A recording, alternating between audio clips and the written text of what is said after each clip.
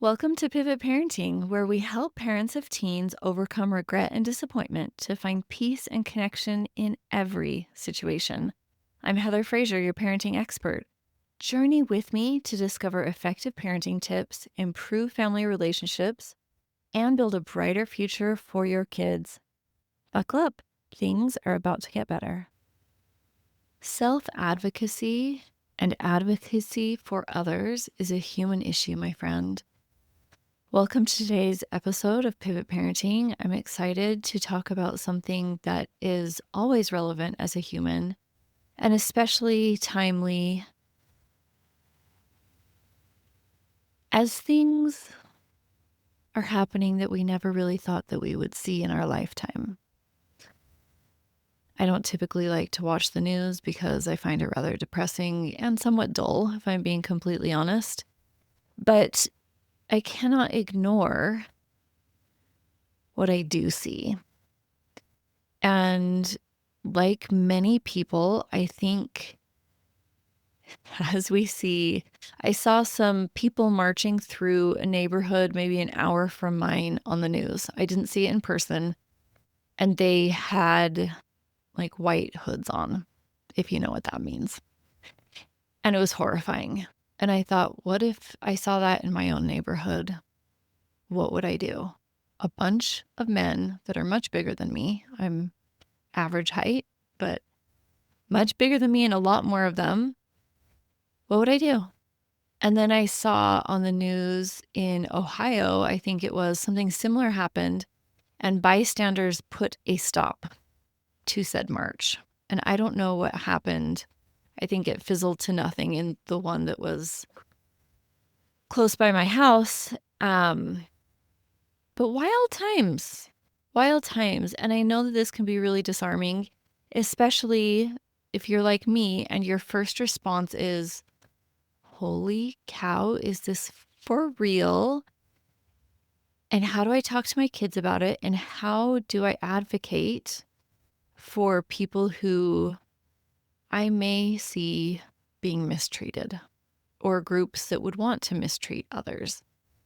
And this is not legal advice. I'm sharing this information with you so you can take it or leave it. And I definitely advise you to always do what you feel is best in any given situation for your safety, the safety of your family and of others. And that can look different individually. So I'm not saying to or to not do anything. I'm not making blanket statements here.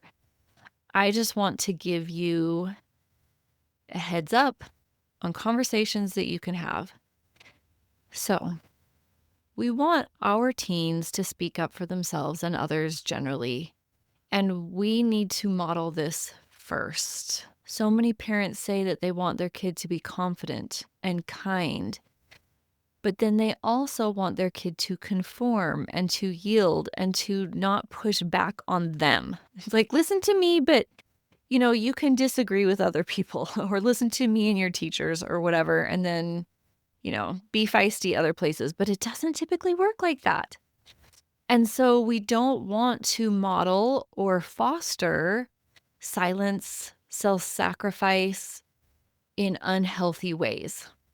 Sometimes silence and self-sacrifice are the best fit, but not always. And by us living what is intuitively aligned with our values, that is what we are modeling for our children, or not. So I want to promise you that we're going to talk about real strategies. I'm going to give you phrases and examples because I think that this is relevant as a human and as a human living right now. So I'm going to break this into 4 different parts. Part 1 is why modeling matters. It is because our kids are watching us, even if they're not. They still are. And the best way to learn advocacy is through our example, and not just hearing us, but rather seeing us. So when we're on the phone or when we're with a group of friends and somebody is throwing somebody else under the bus, we don't join in. We leave the conversation, or we advocate for that person who's being thrown under the bus, and we don't put up with gossip and slander. This is in direct opposition to being nice. And I have talked about this before. There is a vast difference between nice and kind. Nice to keep the peace often costs us or another group. Kind doesn't avoid discomfort like nice does. Kind tells the truth with respect and kindness for everyone, but is honest and truthful and advocates for, again, your values and what is a high integrity action. Being nice at our own expense or to not rock the boat teaches our kids to shrink and to tolerate things that should not, in fact, be tolerated. And so speaking up, I can't tell you how many times my kids are like, Mom, you're so embarrassing, because I'm not silent. If somebody says something, or what was it? I was with my 17-year-old the other day, and there was this group of young men, and they were doing something, and I just made like a humorous comment that pointed out the irony or hypocrisy of what was happening. And my daughter was horrified. And I just smiled. I was like, yep, I just can't help myself sometimes. And that was that. And yet still, she was horrified, but I set the example anyway. So we want to, and humor is one of the best ways to keep things light, not like sarcastic, condescending, cruel humor, but observant, quick-witted, keen to share a smile and a laugh, point out the truth kind of humor is one of my favorite ways to model advocacy and kindness at the same time. The second thing is boundaries. Now, boundaries are all about the individual setting them. They are not to control or manage whom they are trying to set the boundary for. So I could not say, for example, to my teenager, if you don't clean your room, you will have to do 50 push-ups for me, because I can literally not force them to do 50 push-ups. Just like I could not tell somebody who's being racist, but within the bounds of law, free speech, I cannot say you're being racist, and if you don't stop, then I'm going to make you do. We can't do that, because we can't make people do things. So a boundary is an if-then statement. If this continues or if this happens, then I will do XYZ. I will remove myself from the situation. I will take this person with me. That is being mistreated, right? Like, this person and I will choose to leave should this continue to happen, if they want to leave with you. It's an if-then statement. It isn't rude. And we don't always even have to share our boundaries.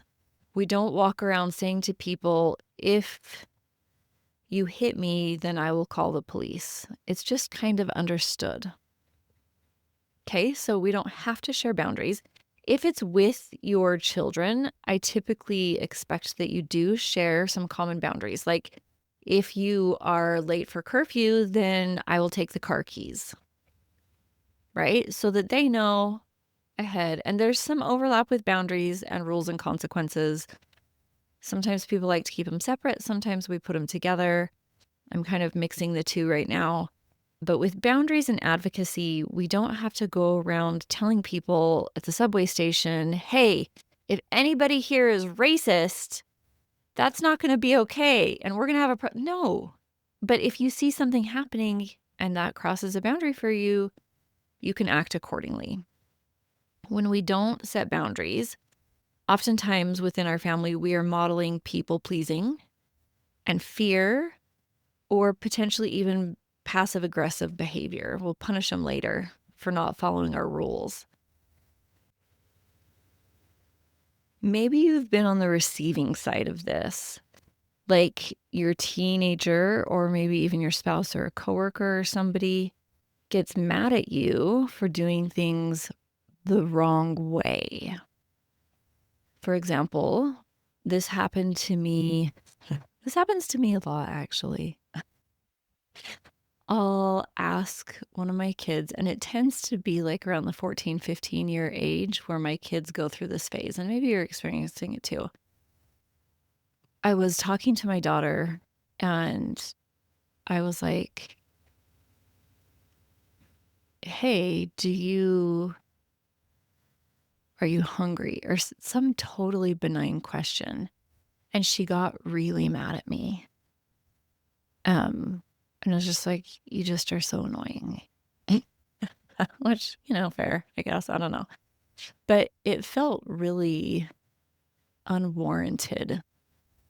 And I was like, hey, I kind of let her sit for a minute. And then I was like, why are you so angry with me all of a sudden? Like, I don't know what I did. And she said, well, if you would have said it this way, then I wouldn't have gotten so mad. I would have understood that you meant, let's go get food. But you didn't say, let's go get food. You said it like this, and I didn't know. And I let her finish, and I was like, I can't read your mind, and I don't know how to say it the right way for you. And I'm sorry that you're upset, but I can't dictate your emotions by trying to say things the right way. And even if I could and I got it right, what about everybody else? Like, nobody's going to say things the right way so that you're never upset. And I've had this experience with not just one of my children where they want things done the right way, but I have to be able to read their mind to be able to do it the right way, to not annoy them or upset them or make them mad or whatever it is. So this is a great way that I can advocate for myself and not take accountability for their anger or frustration or annoyance, and teach them that I don't get to control their emotions. And they're giving me that control, and I'm doing a poor job, so maybe they should do it. Does that make sense? It's a really small, simple example, but it is the small and simple daily interactions that help us teach our kids how to advocate for themselves. And part of that is not people pleasing and not taking on credit for other people's emotions. You cannot make anybody feel angry or upset or happy or sad. That is their choice. Now, you might make it easier or harder. This is true. Some situations it's very easy to feel happy, and some it's a little harder. And that's okay. But by not taking credit for managing your kids' emotions is a really great way in and of itself to teach self-advocacy.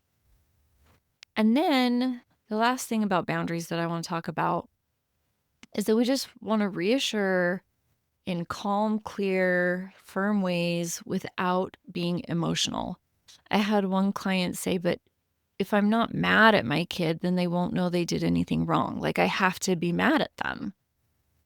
No, that just teaches our kids to be afraid of us and not advocate for themselves with us, which in turn teaches them to not advocate in other spaces, because they learn safety in our home primarily and then do the same thing in other relationships. And then also it's teaching our kid that we can't control our emotions and that they're dictating them, which is not accurate. It's not true, and it's not kind to them. I think we have all been on the receiving side of people who put their emotions squarely on us, and it is not fun. So we need boundaries with others, and we can love everybody. We don't have to punish our kids for self-advocacy, even if it's towards us. They're advocating for their needs with us and we disagree. We can still be calm, loving, kind, hear them out.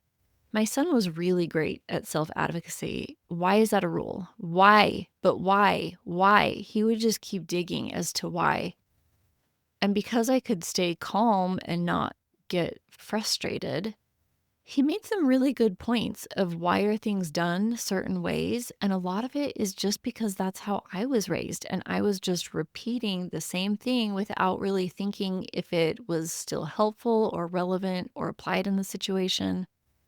And that was a beautiful thing because he learned that advocating for himself is okay, and that he often would get change in how things ran, and sometimes not, but always worth a try. And it first started, he would first get pretty emotional, but I was like, listen, I want to hear you argue this, but you have to do it in a calm and rational manner. Otherwise, it's not going to be effective. And I said, I get that this is an emotional situation for you. So pull it together. And it's okay if you're emotional, but we don't go to like name calling or frustrated bad behavior. Like you can be upset and still be present and put forth a good argument. And he learned how to do that really well. And it got him a lot farther where he wanted to be than me not kind of outlining, here's how you advocate for yourself with me.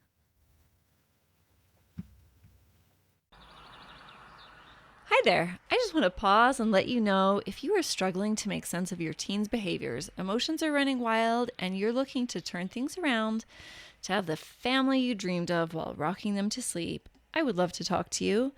I want to give you a special, powerful gift. 30 minutes with me, my friend. You'll walk away with more confidence, clarity, and understanding of what the issue is and your next best step in resolving any situation you bring to me. It's completely free. I love families and want to help yours be wildly happy and successful. Book this call by visiting my website, heatherfraser.com. Remember, Fraser is spelled with a Z-I in the middle. And don't worry, the link is also in the show notes. I look forward to meeting and helping you. All right, part 3 is kind of coaching our teen in advance. Think of this as a dress rehearsal. This is always really helpful, whether they need to advocate for themselves with a grade that they disagree with or a bully in class, whatever it is. It's helpful for them to talk through it before it happens and even say the statements out loud. And it feels really awkward and silly, but saying over and over, that's not okay with me. That's not okay with me. I'm uncomfortable in this conversation. By repeating those things, it feels more comfortable. There's a little bit more muscle memory there, and they will be able to do these things in real time if they have practiced before. So, dress rehearsals, literally saying statements, and I'm going to give you some in a minute. That's the fourth part. Giving them permission to walk away or be rude or circle back later. One of the most valuable things that I can teach my girls is they don't owe anybody anything, and it is okay if they are perceived as rude. Now, I'm not saying it's okay to swear and yell and be unkind. That's not typically the greatest move, but they can walk away. They can say no. They don't owe anyone an excuse or an explanation. And how we advocate, how we teach advocacy and boundaries with our kids is we don't do these things either. So if the PTA calls and asks us to do something and we can't, we say, no, I can't do that. And we don't owe them anything more than that. Or if somebody brings us a gift, thank you. And that is all that we owe them, is just common politeness. Thank you. We don't owe them anything in return. And when we don't expect people to owe us. So prepping our kid in advance is really important. And then advocating, again, within the walls of our home for being brave and kind over perfect or success. Demanding that our kids do things well the first time, the second time, the third time, the 18th time may or may not be the most helpful move. Instead, we want to focus, instead of performative things that our kids are doing, we want to focus on values that they are embracing: hard work, resilience, tenacity, honesty, and integrity. These are always more important than performance, like grades, doing chores, how we ask them to, because we're focusing on the less relevant thing. I'm not saying that doing chores and grades are irrelevant. They have their place. But if our child is working on resilience and they keep bombing a test, it's okay. Or if their ADD is out of control and they can't even study or show up for said test, we don't need to beat them up. They're already probably beating themselves up. And instead, we want to teach them how to advocate for themselves and how to love themselves. Just one word, one look, one phrase, either direction can make a huge difference in how our children perceive us and how we're interpreting their behavior.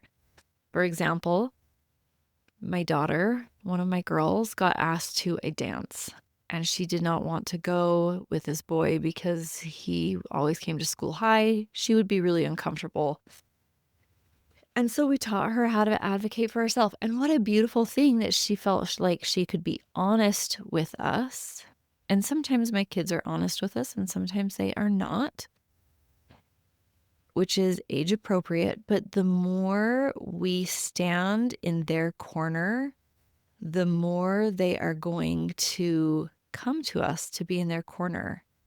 So we do not want to blame them. We always want to believe them. And we want to let them guide as much as they are capable of in their own life of advocating for themselves. In my book, How I Fixed My Teen, I tell a story about a mom, and her daughter came into the house and she had just been out right in the street, were in the neighborhood, and a bunch of her guy friends had started to take her clothes off, and she was telling them to stop. And she's tiny. She maybe weighs like 85 pounds, just tiny little pixie princess. And she was in high school when this happened. And her mom got mad at her. Why did you go out there? Why were you in? They were her friends. And she did not anticipate having to combat assault. And her mom got mad at her. And that is not teaching her how to advocate. That's teaching her that her mom isn't safe to be honest with. So we want to really check our responses and make sure that they are supportive, that we believe our children, and that we are advocating for them to advocate for themselves and for others. All right. Last section, my friend, is general strategy. We want to stay calm and clear and hold the line when we see things that we want to step in and help ourselves or others with. And this is what we would also practice with our child. Okay? So we want to speak with a confident yet neutral tone. We can even kill it with kindness. And I just want to say, this is an unpopular opinion, but anything other than kindness and unconditional love fuels the fire. We cannot fight hate with hate. We just end up with more hate. We cannot fight bigotry and judgment and unfairness with our own judgments and hatred and unfairness. We want to diminish what is not good in society, which means we have to pour in goodness. And this comes from the highest integrity part of ourselves. It is easy to fight fire with fire, but it is not long-term helpful. If we want to diminish the flames that are ravaging our homes and hearts and nation and world, we have to have the soothing balm of love and kindness. So, in real time, this looks like potentially naming the issue without attacking the person. one of the best things that we can do is give an out for anybody who is badly behaving. Hey, so like for our kids, hey, that's not like you to yell. What's going on? That's an example. Or for a stranger, hey, maybe you're confused as to what's going on here. But this isn't something that we need to be mad about. Okay? We can set a boundary. We can redirect. We can bring in humor. We want to keep it short and grounded. Again, we don't owe anyone an explanation. We don't need to defend our beliefs or our values. So this can sound like this isn't a conversation worth having. Or I know we both deserve better than what is happening right now, so let's redirect. We can also agree with people to some degree, right? Like, let's say we're being attacked. Yeah, you're right. I shouldn't have said that. Or I totally misread the situation. I completely bombed how that came out. Good thing I'm okay with messing things up and trying to correct. Ha ha ha. Yep, I am emotional. It's one of my favorite things about myself. And also, if it's a criticism that somebody's coming at us that's fairly accurate, just agree. Yeah, I do lose my mind every Sunday night. I'm sorry. I get really anxious about the week and I'm taking it out on you. You're completely right. Thank you for being so observant and being able to articulate that. And please help me. And I'm going to work my best at trying to fix this. Please be patient. I'm working on it. So we don't have to take truth as a weapon. We can take it as exactly what it is, the truth, and they're smart enough to see it. Being silly or imperfect or still learning isn't an insult, not to our child, not to us, not to our neighbor. So yeah, you're right. And guess what? I am not perfect. Thank heavens, because that is a lot of pressure. I do not want to be perfect because I mess up too often and we both know it. Okay, I don't know everything. And guess what? No, nobody else does either. So that's kind of the general strategy. Now, when we or our child witness or experience racism, sexism, homophobia, any of those kind of things, what we want to typically do is disrupt the moment. This is one option. So, like, hey, that's not okay. Or, hey, again, I really like humor. Whoa, didn't you know it's not cool to be racist? Or I don't find that funny. Or I love that about them or about myself.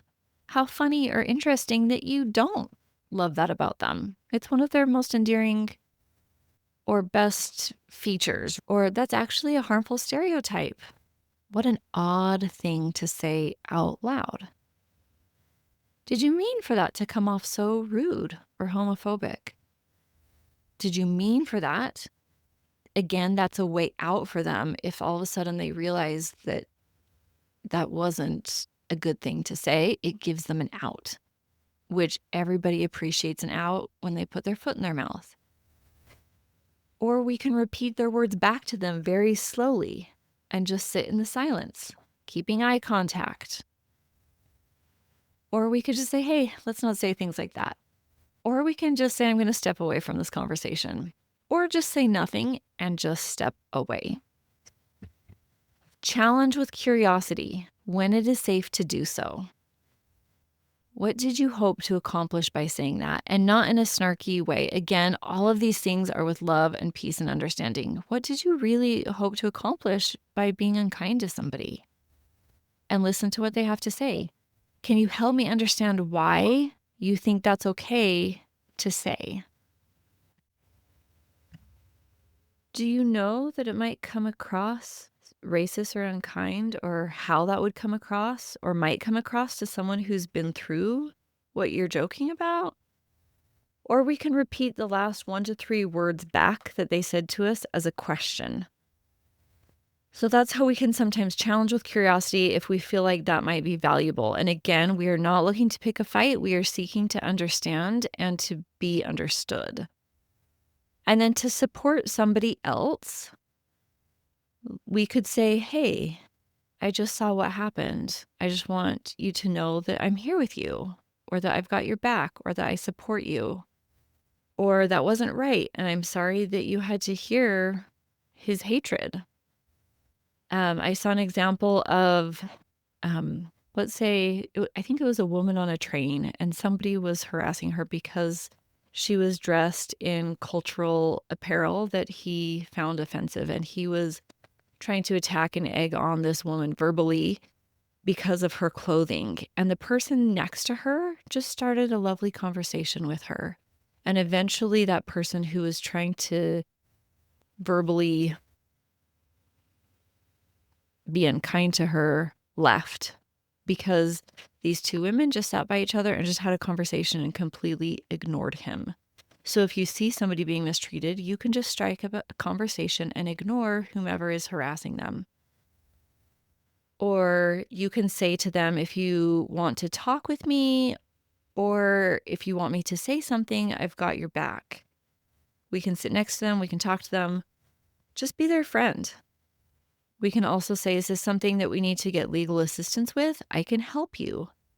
At school or in public, wherever there could be potentially a threat, or offer to help them be removed from the situation. We can validate their experience.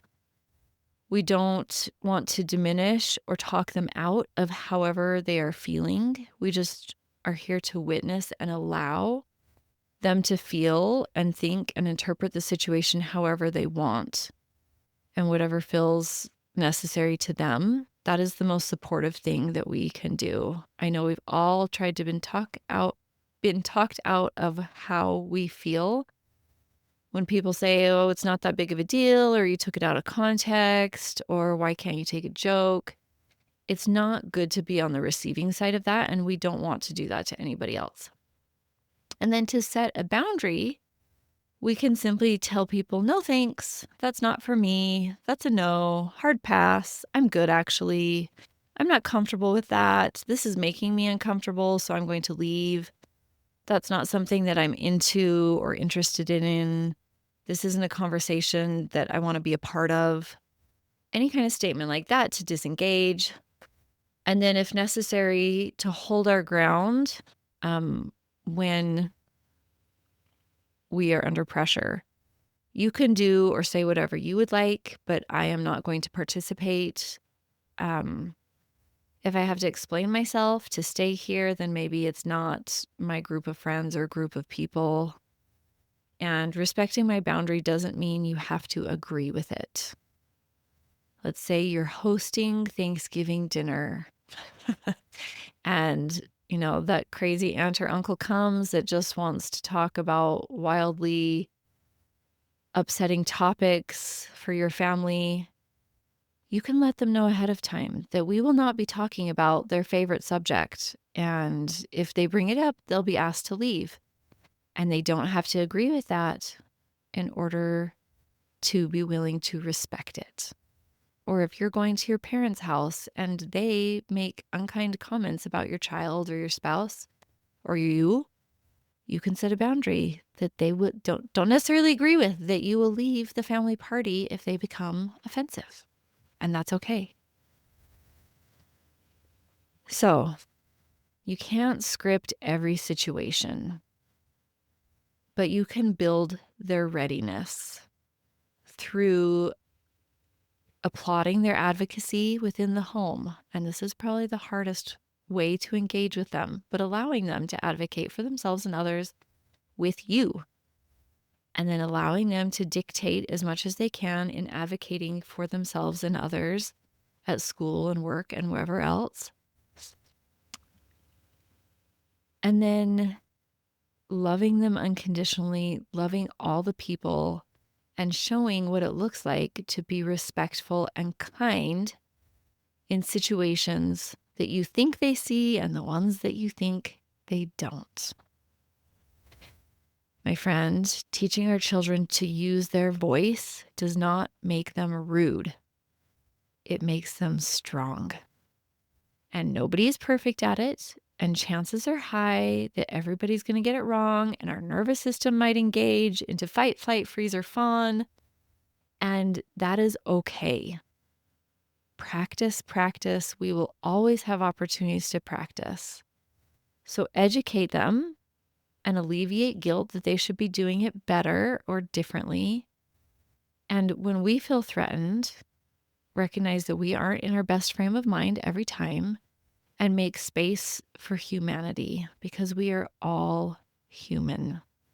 We don't necessarily need scripts, but I think that these talking points kind of hopefully give you a springboard to have conversations. We want to raise kids that are strong, aware, and deeply kind. And the best way we can do that is by developing these attributes within ourselves. If you want support in raising a teen who knows how to use their voice without losing themselves and how you can do this with them, please book a peaceful parenting strategy call. Come and talk to me. We'll get clear on where you are, where you want to be, and what's getting in the way of that. No pressure, just clarity, support, and sometimes it's even a little fun. All right, my friends, reach out if you need anything. Otherwise, I will talk to you next week.